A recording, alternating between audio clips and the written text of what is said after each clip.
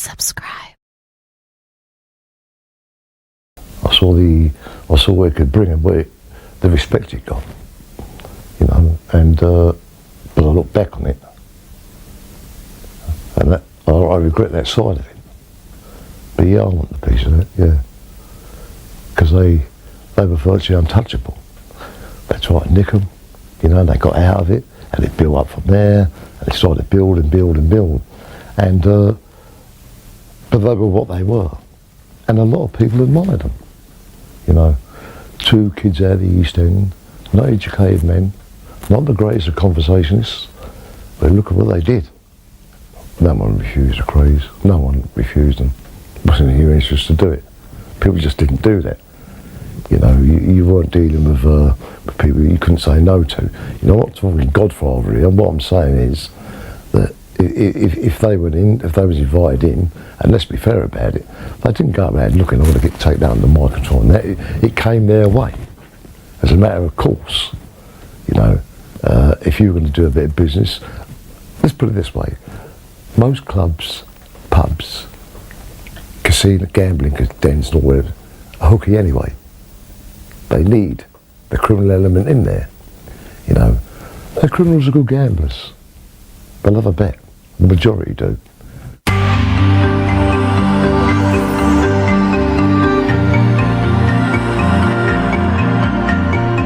The image is how you look and how you dress, as I always do, with a suit on, a shirt and a tie. And that's the image of it all. Dress was a code. You dressed to a code. You dressed to impress. It's like being, I suppose, like being an actor, going out on the stage or whatever.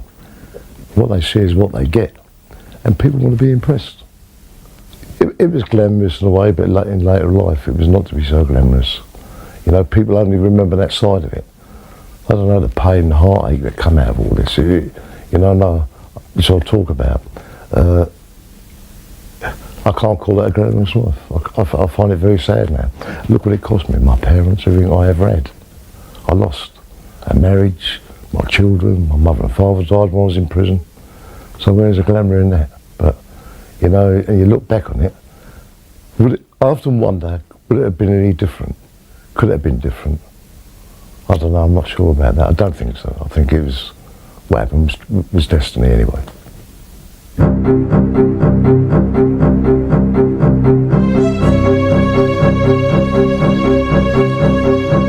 After the wars, a lot of guns came in the country from the wars and that. And my mate, he worked for a gunsmith, and he'd make them up and bring them out. So we always had them round us. Anything you wanted to that extent, and so it wasn't unusual to have a gun. But the thing was being prepared to use them. That's the difference. And I think, yeah, we were prepared to use them. In for a pound, in for a penny. You know, it's not a game. It's not a childish game. But it's serious stuff I'm talking about. Some of the robbers at that time, some of the bank robbers and the train robbery and all them. You know, it started all come in then. But guns were readily available then. Yeah.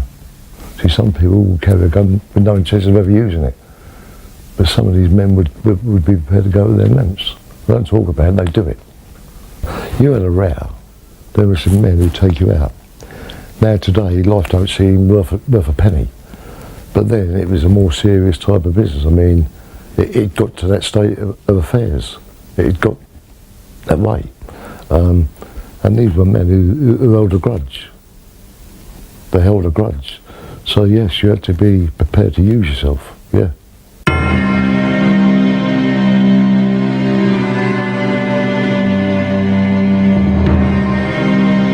Very aloof man.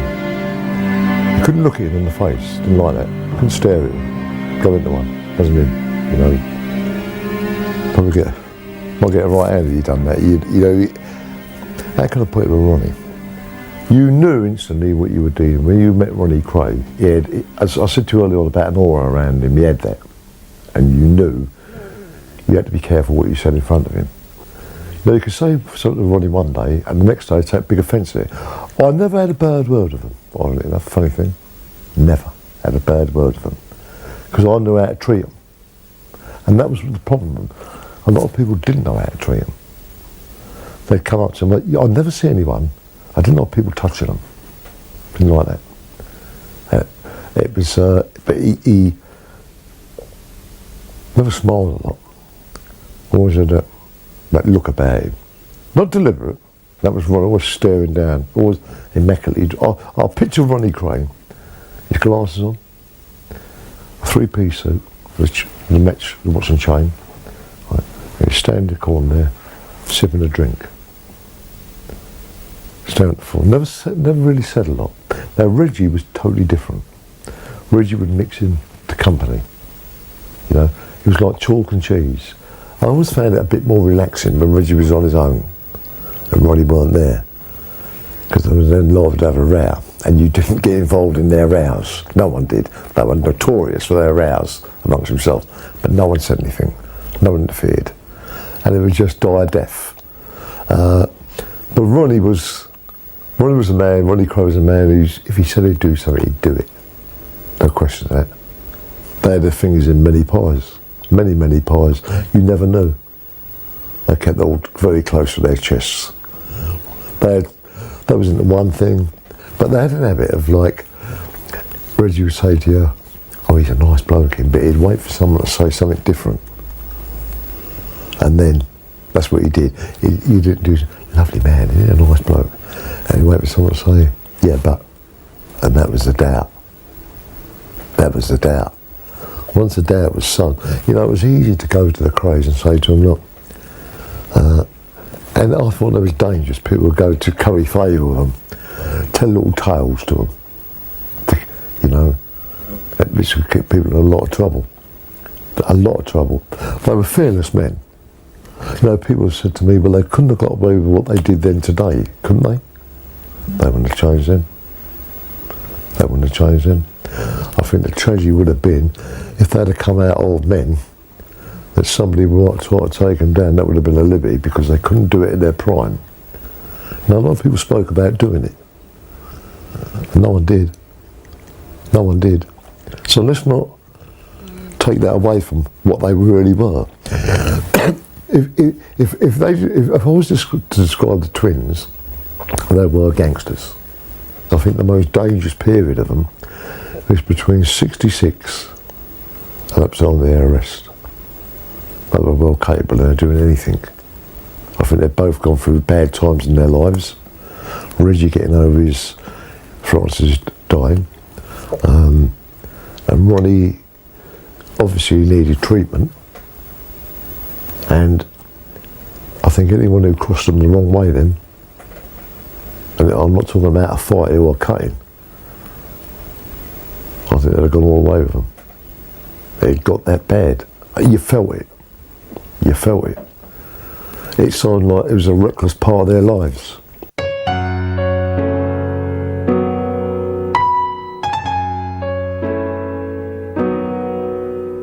Jack the Hat wasn't a bad man. He wasn't a grass. He wasn't anything like that. But as it was put, he was a fucking nuisance. And that's putting it bluntly. He took them on, he challenged them. And what I say there is this, that he was told to behave himself by the Krays. And I was there when they said it to him. He'd have a drink, Jack, and that was him, a happy-go-lucky man. But when it come to what they said was a murder, I don't think they knew they were going to do him that night. It happened by chance. It was an act, an accident. I'd been out with the Krays that night, me and my brother, with two other friends of ours, and we met the Krays in their pub, the Carpenter's Arms. When we got nicked in 1968, this is where, one of the pubs we were using at that time, where it was theirs. And this is where we, on the night that this was Jack the Hat went off, this is where we met. Me and my brother, two others, and the Krays and that. It was all here that night. And then we left here and went on to the Regency Club, where we were supposed to have met Jack the Hat. And this is where I left the Krays that night, and the next time I was to see him was in that flat. So that's also known for something else. This is where Ginger Marks is allegedly to be shot outside there, disappeared. So it's got reasons. Also, if you look down to my right, there's a church where the Kray twins all the funerals took place. Charlie, Reggie, Ronnie. If you can hear the background, the kids playing, as young kids, the Krays went to that school. A bit of local history in this lot. I wonder one day if they'll never preserve this for prosperity. Let's just wipe it out, forget all about us. You can feel it, I can feel it, smell it. I mean, you've got to remember, something happened in here that night, in 1967. This has played a big part in my life, wasn't it? Yeah, this little street here. Yeah. It's rumoured to be the place where everything happened in gangland at that time. But it's still the same, still the same. It started here and it ended here. A little street like this, incredible, isn't it? Yeah. Ironically named St Matthew's Road. There's a bit of history for you. This is a Regency Club where, after leaving the Carpenter's Arms on that night, where we came and me and my brother met Jack the Hat. Now if you look at it, this is the entrance to it. It's very plush though, very posh. Always had a couple of bands on the doors. If you look to the left there, this would be the restaurant. Charlie's restaurant down there, very nice. To the left here, as you went in, there was a bar, the main bar of it. And the office, Barry Brothers' office, which is the end there. And that's where I was called up from downstairs here. I'm up the stairs here. Tony Barry called me up, a rat. Took me upstairs here, walked in the office, and that's where Reggie Kray was supposed to have given the gunman off. And then left here for the flat. And that's where it all took place. If the Krays had the up here, you would send that pub on the corner there. Not allowed in here. Which thank God you wasn't, because you wouldn't have got out. There's how many men in here, I've seen some of the hardest men in England walk in these doors. Walk out with their chins broken, their noses broken. You know? So, I mean, it plays a very significant part in the Kray history. But this was it was different, it was very plush, well done out. A big hangout of the underworld and that. But it was a great meeting place, off the manor. You know, all dinner times, great. And the building's still there. I think it's haunted by it all, you know. There's the old doorway, it used to be behind the bar. There's a doorway there behind the bar. And it was all soundproof, and that was our private drinking club. So if anybody got an hiding, a bad hiding, rather than take them out, upset the punters. I'm not being amusing there. They've taken out of here, thrown over the alleyway over there. But if you were called in that pub there, you knew it wasn't on you. If you were called in there, and you went downstairs, just remember what Reggie Kray said that night. I was supposed to have said, who's down there? It was said that he wanted to do it in front of people. So it's a significant part of it. But this is where, when he got badly bashed, this is where it was done, taken over there further. Bringing some bad vibes here, bad vibes. Well, I didn't know anything was going to happen that night. No one did. My brother was convicted of a murder that he never did. Never did, it was well known. It was doubtful whether I knew. I'd like to think I did, that it justified the sentence. But I can't say I did. And when we get round there, all hell breaks loose. Ronnie Kray never done nothing that night. I was in that room. I was there when they done it. And even then, he didn't try to sweat his way and break through a window in fear. He wanted to have a row with them. He was quite prepared to do that. And he hit him with a glass on to fuck off. That's exactly. If he had walked out of the room, I'm convinced that'd have been the end of it. But he came back, and that was a mistake. It was a brutal thing that happened. It got out of control. We'd all been drinking. I forgot to add that earlier. I remember we'd all been out that night boozing. And when events started to unfold, any knifing's bad. Any knifing's bad. But like Reggie was in a frenzy that night. Ronnie Kray said to me, fucking get rid of that, son. Just like that. Don't even mind around. What do? You seem to be loyal. You've got to be loyal here. You know? Other people ran out of that room that night. As I said, the easy part of it, I suppose, was the murder. Was the killing of him. And I'm wrong to call it a murder. I don't like to call it, because I honestly don't believe it was a murder. It could have been, it was only the fact that the Krays denied it. and said it never happened, that it became what it was. But had it been brought out in the right way, it would have been a manslaughter. But anyway, beside the point, get rid of it. Now, what do you do with a body?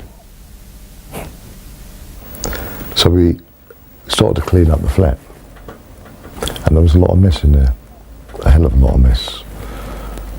We eventually get him into an eider-down, a candlewick.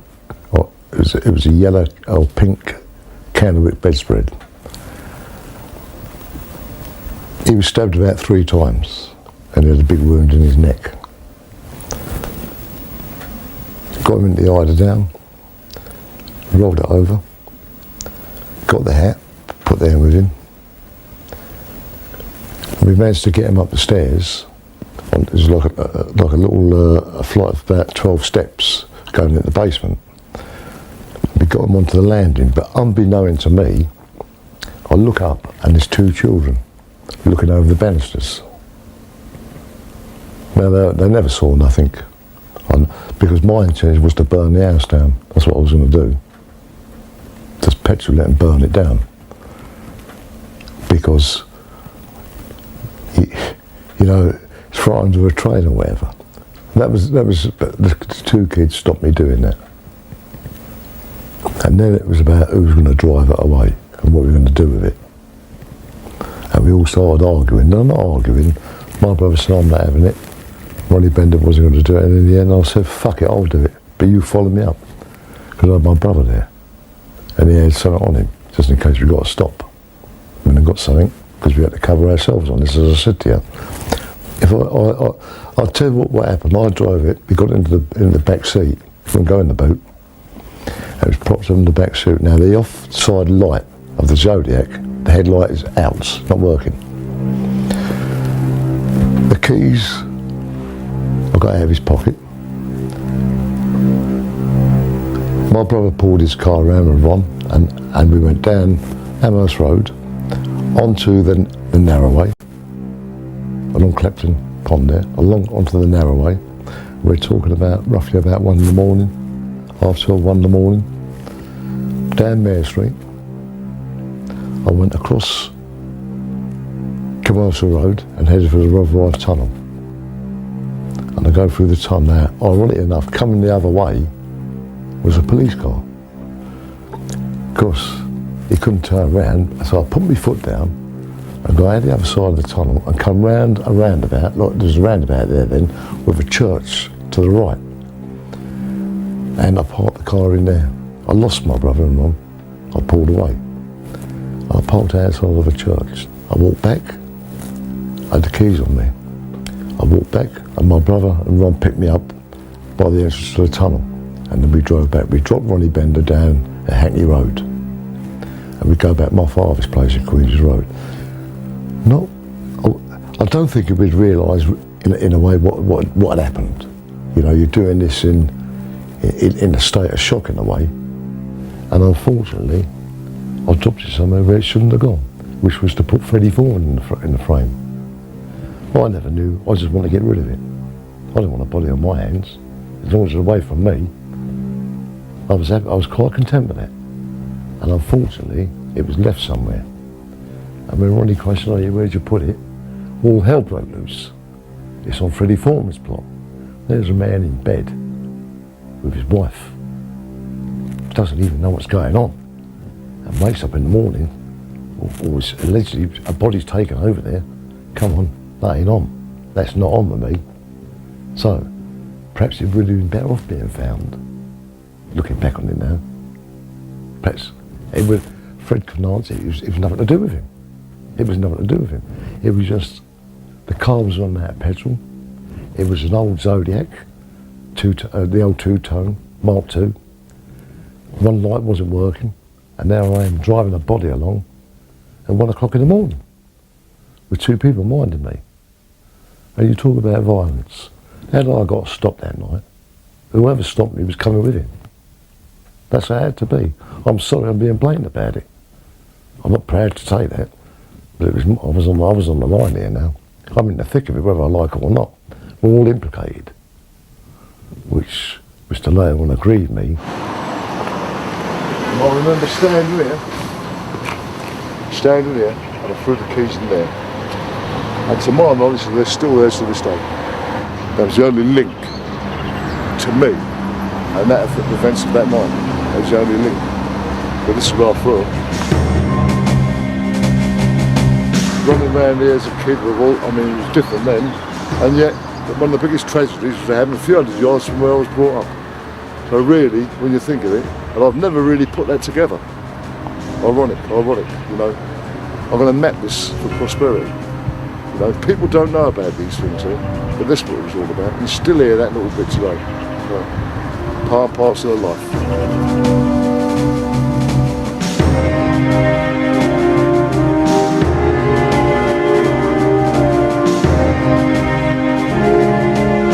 The night of our arrest, this is where we was. And we left here about 10:30, quarter to 11. Parked the cars and went to the Astor Club in the West End. And there we has them all now arrested us. But this is where that is under observation. And actually the last photograph of the Krays in freedom was taken in that park. I think in the beginning they would have been happy with the Krays. And when they got the lot of us, it was a bonus. It was a bonus. To be honest with it all, they nicked me, they pulled me in twice. So first of all, they got it wrong. They put it to me that I was asked to do someone a favour. I drove a car away, didn't know what was in it. In other words, it was a hint, look, it wasn't your thing. You want to go against them, here's your chance. But I didn't bite on that, I weren't having that. They released me, they pulled me in again. Me and my young brother Nicky, they pulled Chris in, took us down to Tintagel House, questioned us, and he said, look, he said, the next time we come, there's no going home, no going home. And they'd done a raid one morning, they nicked a lot of us. He took me to Tintagel House. When I get to Tintagel House, there's Cater, Frank Cater, Nipper Reed, and John DeRose there. And Mooney, Henry Mooney. There's an investigation. And he said to me, I'm going to ask you 5 questions. There's your opportunity to tell me what you know. And he asked me 5 questions. Where was I on such a night? When was the last time I saw the Hat of Jet McVitie alive? Was I asked to take him somewhere? Was I asked to drive a car somewhere? And a couple of others. And I went, I don't know what you're talking about. He says, right, you'll be taken away, you're going to be charged with murder.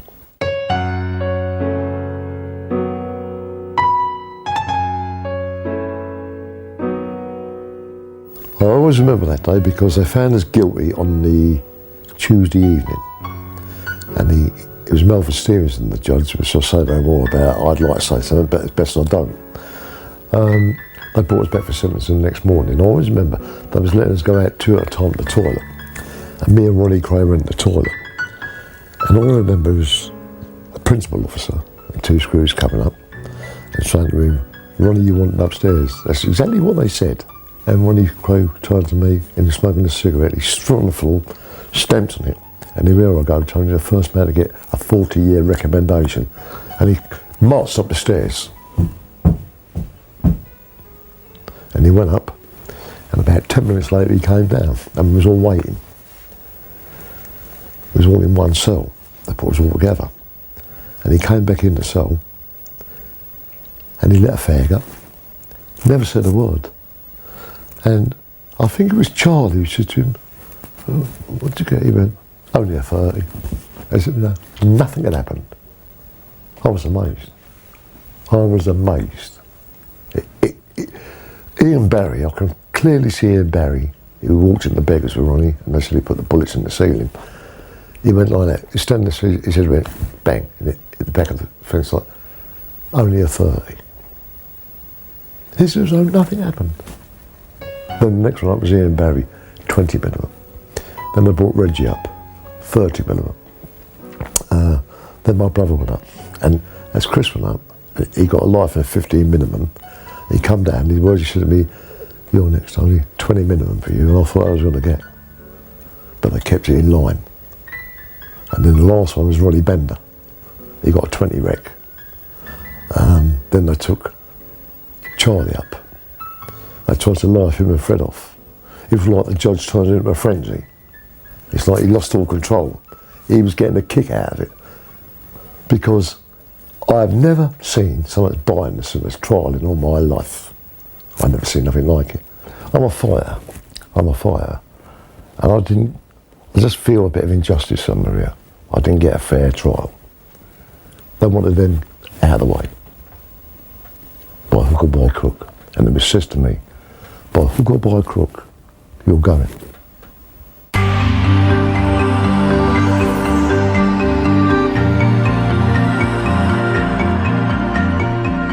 I remember getting off the coach in Wandsworth Prison that night. And do you know what? It never really bothered me. I had things on my side, and I'll tell you how I viewed it. I was the youngest. That was a bonus to me in my eyes. But there was other men at that time just getting the train robbers, getting big sentences like we got.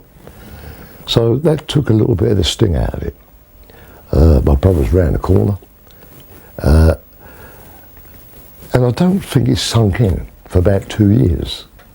I don't think it really sank in. I really mean that. It just didn't. I've never moaned about it, never complained about it. All in years, I never. It just. It's just a non-existent. It just doesn't. It's just something you get into. You get to live that way of life. After about 4 or 5 years, it don't mean nothing no more. It's survival, and you start to survive it. But prison does a funny thing to you. It stains your soul. You never recover from it. Not them moments. You can come out of it, but once you go into over the 12-year mark, it affects your life, even to this day. You look around where I live. Nothing to remember prison by, but I live a prisoner every day. It's what it makes you. You can't escape it. I still have prison habits. I know that. It's the way you carry yourself when you come out of it. But did it do any good? I think you rehabilitate yourself, if it's such a word. You certainly don't get it in prisons. You do yourself time. The whole idea is to keep you time. And as you get older, you slow down a bit. But you can do what you like in them places, but they'll do you a time. You ain't getting out of there. And I came through it very hard. Nearly didn't. I came out. Things didn't work out in the marriage. It was over. I didn't know that. I came out to a life licence. I came out to this reputation of the underworld and all the rest of it. You stood law to what it was all about. And I think, in a funny way, people admired it. I don't think it was an admiration for the Krays. I think it was admiration for what I did. I'm going to be honest about it now. Because people would say to me, I wouldn't have done what you did. And I found that a bit freaky, mate. Because I did. But many people say, I wouldn't have done that. I couldn't have done that. Did it?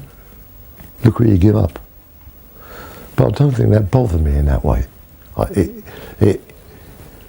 was just something that you lived your life that way, and that was it. You accepted it as part of the game.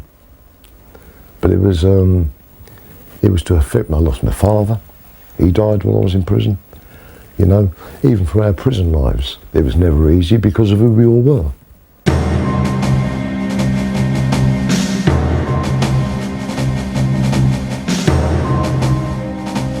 He wants to be like a fucking animal, and even have to live with me. And that's what makes a lot of the boys different. They live by them rules in there as well.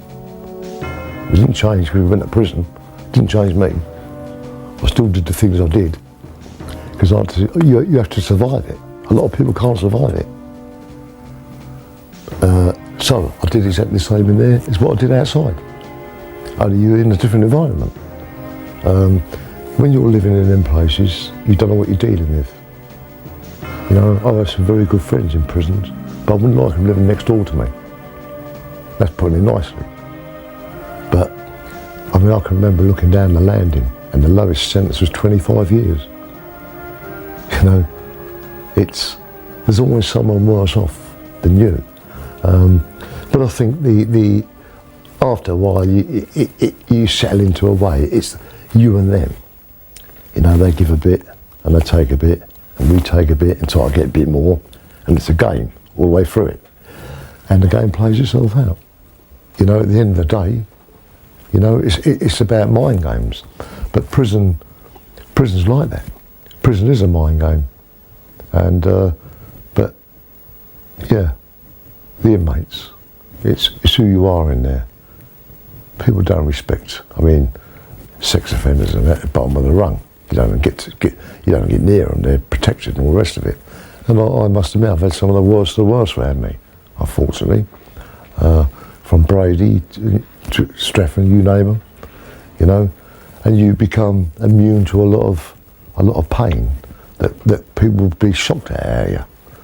I've seen men top themselves, cut themselves to bits, crack up, you know. So you're living, and you become very immune to it. I know I am. You know, nothing shocks me no more. You see tragedy around you all the time, but by the same hand, there's a lot of humour in them places. Some of the best comedians I've ever seen should be on the Palladium. I often ask the question, what the hell are they doing in the Nick? You get some painters, carpenters, comedians, you name it, but they're in prison, you know. So you've got the humorous side of it and the very downside of it. But at the end of the day, when you go behind that door, that's when it finds you out, you know. It's all about being a brave face, never showing emotion to other men. It's a weakness, you know. It's rules that you live by. You know, a man comes out jolly every day of the week. A lot of backstabbing goes on in them places. Like, you know, you can have a high rank woman and be down the floor the next. Someone's always waiting to pull you down.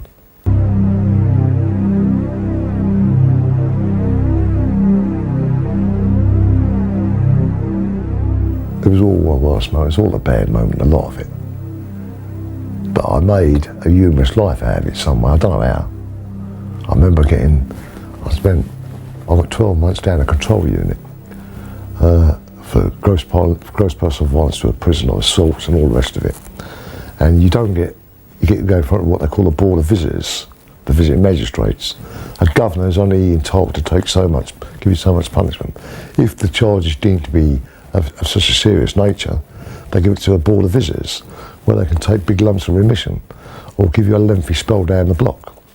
And we were going in there and getting 12 months punishment, and I mean punishment. No bed, nothing. But how long can you keep a regime like that? But you know, I started to thrive on it, I started to enjoy it. Fact, I ain't lying, I've done it. I don't know how, but I learned to sleep 23 hours a day. It's amazing. It's amazing, the sense of survival. And you make a little life for yourself. I never come out of that control unit for 12 months. In the unit, seeing one other con who was down there with me. Never see no one. When they opened your door, you had 10 screws outside the door, ready to jump on you, you know. But how long can they keep that up? It has to break down, you know. As I said to you earlier on, we've all got to live together. And I remember going to that control unit Christmas Eve, 1972, when I've just been in front of the board of visitors and got some of the biggest punishment ever dished out of prison. And I remember saying to him, yes, your rules now, but you'll live by mine. You're going to have to live with me here. You can't do no more to me. And they tried to slip a psychiatrist into me. They tried the chaplain, you know, and it starts to loosen itself. And I come out of that. I came out of it. I don't know how, but I did. You know, and but punishment, it's like a kangaroo court. You've got no chance. You killed me before you go in there. Let's be fair about it. But you don't remember the bad side of it. If you asked me what I was doing in 1978 or 73, I couldn't tell you. In other words, I blanked out my mind. I completely blanked out my mind. You can't live on prison. You can't live on your past like that. It's a part of it you don't want to know about. But let's be fair about this. We couldn't have been that successful or that glamorous to spend most of our life in the nick. Now, I'm not naive enough not to know that. So I've got to take that into account. So I see things a lot more different now than I did then. But I can't remember the bad side of it. I can't. I don't want it. My mind don't want to remember that. Perhaps it does it deliberately, you blank it out. Perhaps they should bottle some of us when we go, you know, for prosperity. And look at us at a later stage. Perhaps there's something to be said for that. But I think you become immune to punishment.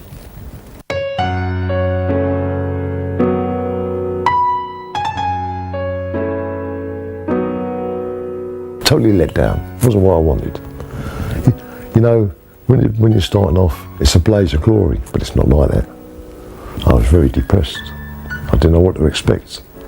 I didn't know what I was coming out to. In there, I had that security. I knew the people in there. I knew how to handle it. I lived by the clock, meal times and all that you tend to live by. Unbeknown it, you're institutionalised.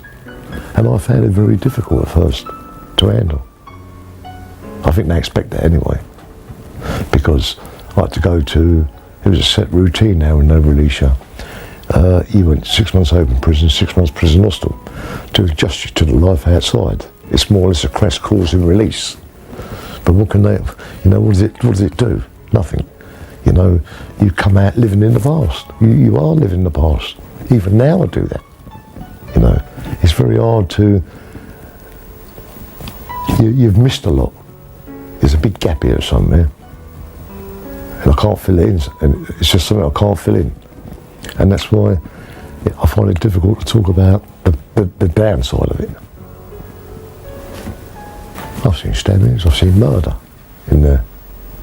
I've seen some bad violence in there. But, you know, some of it's best not spoke about. Some of it's best, because other men still live there this day, you know, and probably go through the same thing. You know, it doesn't change that much. You know, I always swore when I come out I was never ever going to go back even to visit someone. And I broke that rule twice. But once, I went to visit Ronnie a few times in Broadmoor, which is an hospital, and I went to visit Reggie twice in Mason.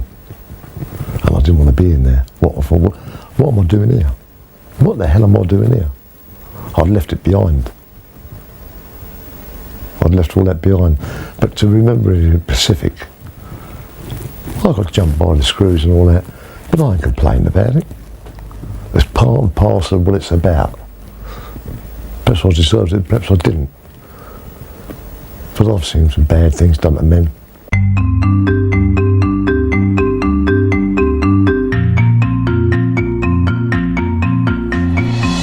There's no going back, and I know that. It's over. The legend's there, but it's over. And in a way, I'm glad. And people say to me about crime in general. I won't get involved now again. I wish I had my time again. I wish I knew what I could have achieved. I won't gloat over it. We're not stars. Let's get this right from the off. None of us are stars. We were what we were. I wouldn't like to think the kids today would follow down our paths, because let's get it right here. The Krays can't be a role model. They all died in prison. And that's no role model. And I'd tell any kid, I will never ever tell a kid to do wrong. I couldn't do that. Go out of trouble, you lot. What are you? Go out of trouble. What are you? The film star. You lot. I can look in the mirror. Nobody can do that. But I can. There's a difference. And I get a lot of satisfaction out of it. I see people look at some of us sometimes and think, what makes them tick? What makes them tick? When I say don't find out, you don't want to know. You don't want to know.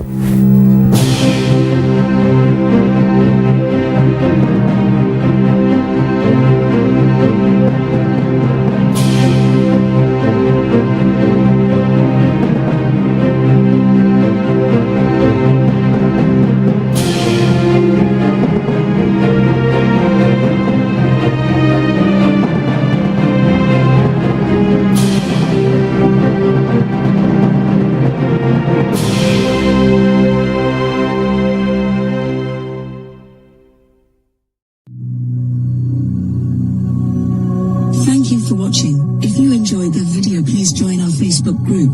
It's called Krays Crime Lords of London. We're a friendly moderated group with over 1,000 Kray and other celebrated gangster videos available for view. There's also thousands of images in the photos sections. The link for the group is in the YouTube description section. I hope we see you there soon. Leave a like and subscribe.